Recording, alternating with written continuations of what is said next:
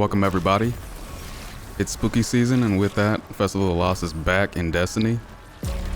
Festival of the Lost 2025 brings with it some new and returning masks, shaders, sparrows, ships, all kinds of new things.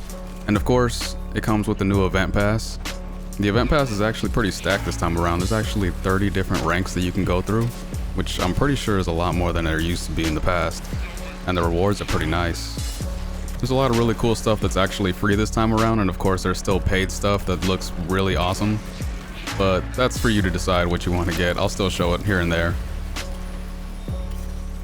The new playlist that comes with it is called Haunted Altars of Sorrow. It's literally just Altars of Sorrow with a little twist. It's been pretty fun, but I can't lie, there has been some bugs here and there, especially with the playlist not actually starting, with the boss being soft locked, just different situations that hopefully get addressed soon.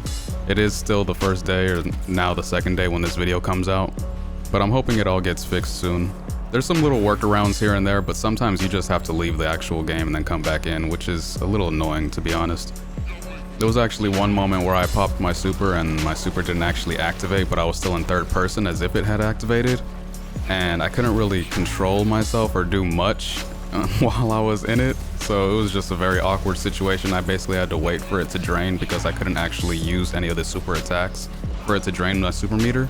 That's just another thing that I think just comes with the whole update, and maybe it's just in this playlist. I haven't really played too much outside of this playlist.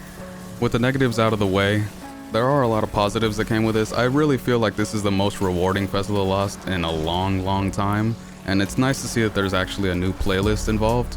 I like that because the reward pass has 30 different ranks, there's a lot of really cool stuff that isn't just enhancement cores or glimmer or bright dust or things like that. Like, that's still in the reward pass, of course, but you can get a really nice sparrow, a really nice ship, shader, even a really cool ghost face ghost shell, which is pretty awesome. Like, I really like that they included different horror themes.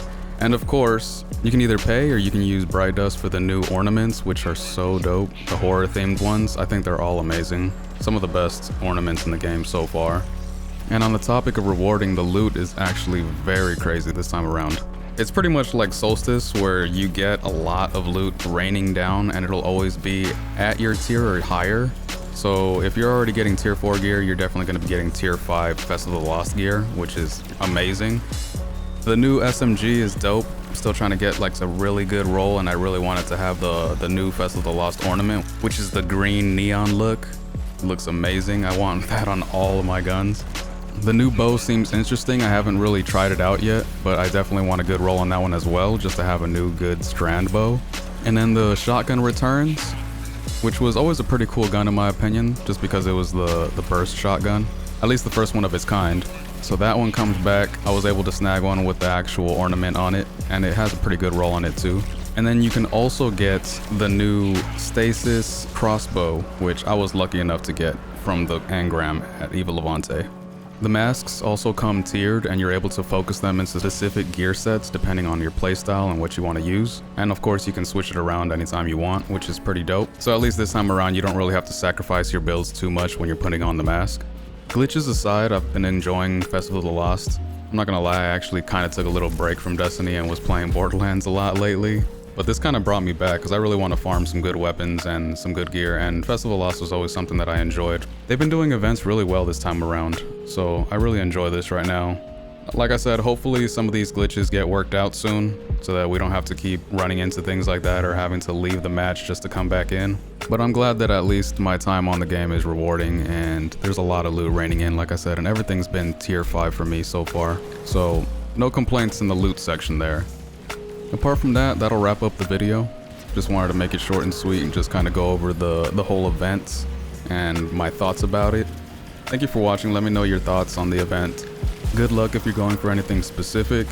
Remember, you have 2 weeks. Also remember to have fun. It's a game at the end of the day. I'll see you all soon.